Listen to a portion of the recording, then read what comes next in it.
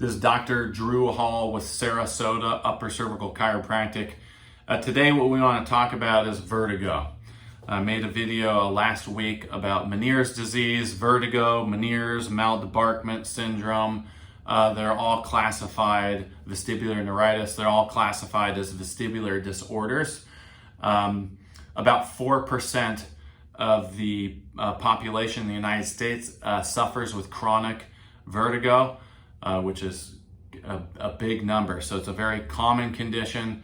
A third of the patients we see in our office have vestibular disorders. And most people, when they think of vertigo, they think about ear infection and inner ear problems. And in fact, if you have vertigo and you went to a doctor, that's probably the first thing they did. They looked in your ears, just make sure there's not an infection. But that's only one cause of vertigo, and it's actually the least common cause of people who suffer with chronic vertigo. The part that people don't know and isn't well understood in the mainstream system is vertigo is largely an upper cervical spine problem. So the joints, this is the atlas, this is the top vertebra in the neck. There's a joint on the top of the atlas. There's two on both sides, which fits to the neck. And then on the undersurface, there's two more, which fit on the C2, which has two joints, and then all the way down through the spine. But the unique thing about the upper cervical spine when it relates to balance and vertigo is the top three vertebrae, the joint surfaces, they have pathways that lead back into the vestibular nucleus, which is the control center in the brainstem that coordinates information from the eyes, the inner ear, and the joints. And that's what, if you're working right, allows you not to have balance issues. But if you've had an injury, whether it's a whiplash injury, you got dropped on your head like me, wrestling, sports injury, slip and fall, if you've had a blunt trauma that has caused one of the upper neck joints in the body to misalign and tear the soft tissue, and that joint literally has become misaligned, when that happens, the muscles locally of that area go into spasm, and because you don't have the stability in the joint, the muscles are kind of trying to go into protect mode. But what that does is you lose normal motion in the joint.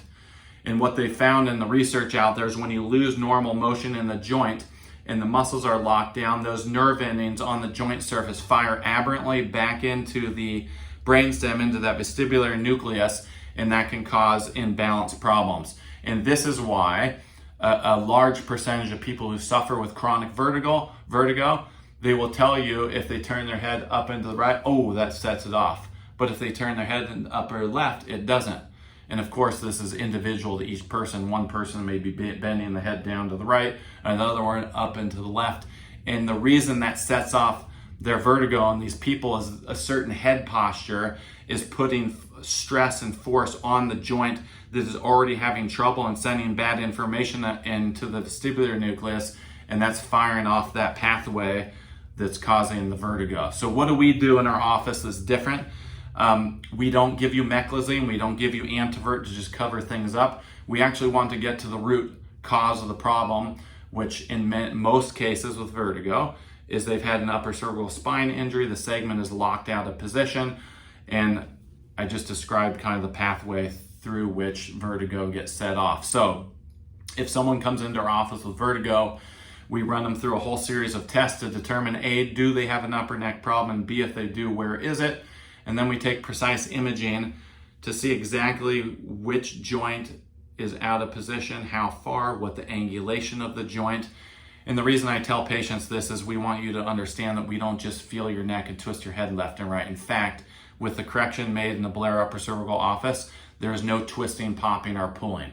It's made in a neutral position, and it's a precise force that's determined off of the x-ray, and each individual has a unique misalignment pattern. So the whole goal, whether you have vertigo, Meniere's disease, or any other chronic condition, the goal of upper cervical is to find out where you have trouble, how it's off, correct it, and then keep that segment that was locked out of its normal range of motion in its normal range of motion, so it can be clear of the spinal cord and the soft tissue can heal up, so that joint has better integrity, so the muscles that have been out of balance can kind of come back into balance. And long term, if you stay clear of the irritation, everything will heal up, the joint will function more normally, the nervous system fires, the way it's supposed to, and the underlying cause of vertigo has been removed. So if any of the information on this video has kind of struck a chord with anyone listening, there are upper cervical chiropractors throughout the country and the world, actually.